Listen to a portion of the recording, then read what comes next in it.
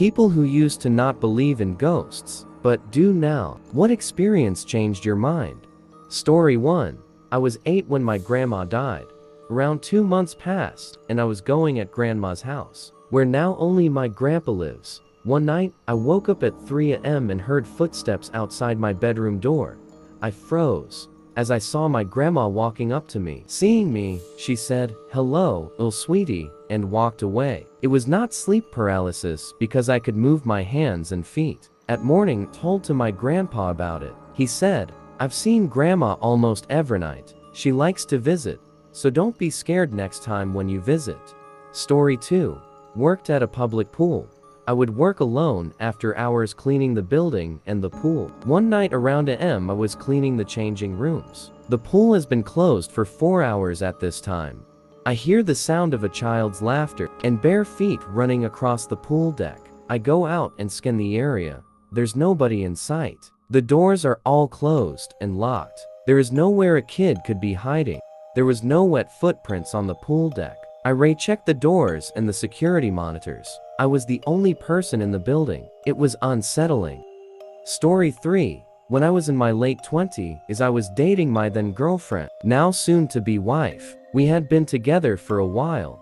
One summer, July 3rd, her sister was abducted and killed by a group of 6 men. All the men were eventually caught and tried.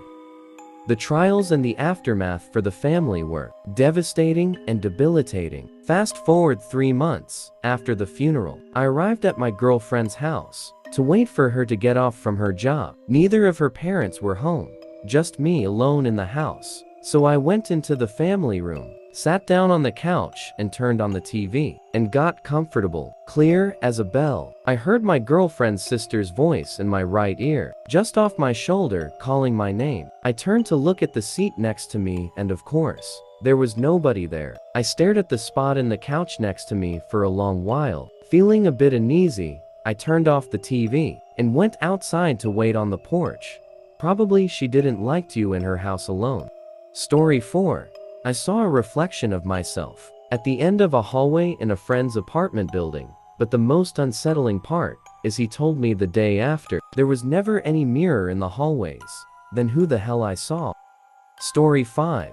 Once when I was in university, I went to go see my therapist whom I had been seeing twice a week for about 5 months. On this day, he was uncharacteristically quiet, and I asked him if he was all right. He said he was fine, and we continued through what would be one of our most breakthrough sessions. A lot of repressed memories came up through it that have helped me to heal. At the end of the session, I asked him why he was acting differently today than other days. He said when I walked in, I was accompanied by a warrior-like person. He said he had the overwhelming feeling to perform as best he professionally could that day, and that he got the sense this warrior had fought a lot of battles to protect me. This would seem coincidental, except for 10 years later I was living on the other side of the world. I had a Puerto Rican neighbor I would see occasionally, and eventually got pretty close with him and his family. One day as I was walking by, he kind of gets quiet and weird, and then says in broken English,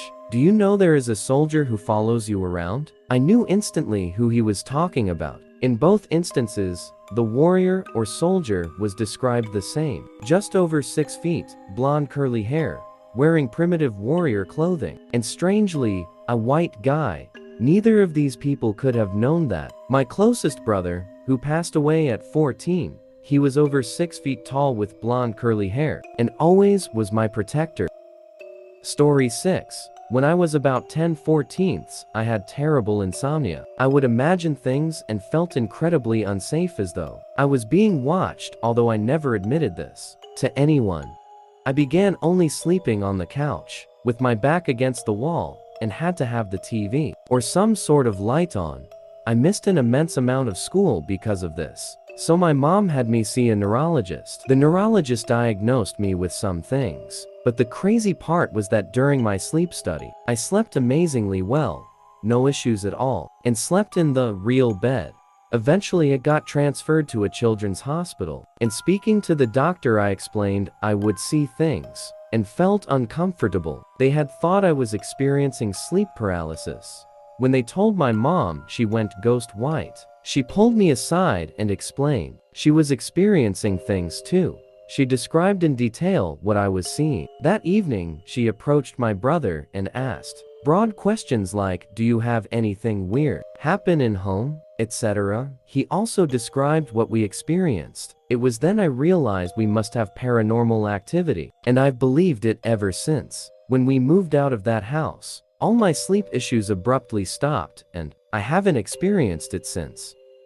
Story 7. In high school, I worked kids' birthday parties. The place was basically a giant gym, and gymnastics or dance classes were also held there. One day, I came in, and one of the girls I worked with, who was very spiritual and very religious, was totally freaked out. During the gymnastics class she taught that morning, one of the kids was staring up at the ceiling. When she asked the kid what he was doing, he said, "There's a little boy up there," and pointed at the ceiling. Strange enough, but whatever. Kids are weird. Later, two girls who were working a birthday party before mine came out of the gym and were visibly shaken. A pair of 5-year-old twins went down a slide and then stared at the ceiling. They both said that there was a little boy up there, in the same spot on the ceiling, that the kid from the morning gymnastics class. We all went in and inspected the ceiling. Of course, it was just a regular, gray, warehouse ceiling, but we were all super freaked out at that point. During my party, I was pushing a little boy on the giant swing we had in the gym. He too began to stare at the ceiling. He said directly to my face, "Hey, there's a little boy up there." We told all of our coworkers and managers about the 3 separate experiences we had today, with children from different parties and classes seeing a little boy on the ceiling. The next day, we had downtime between parties, and nobody was in the gym. There are cameras in the gym that allow parents to see their children playing from the lobby. My manager called us out of the break room. "Guys, check this out."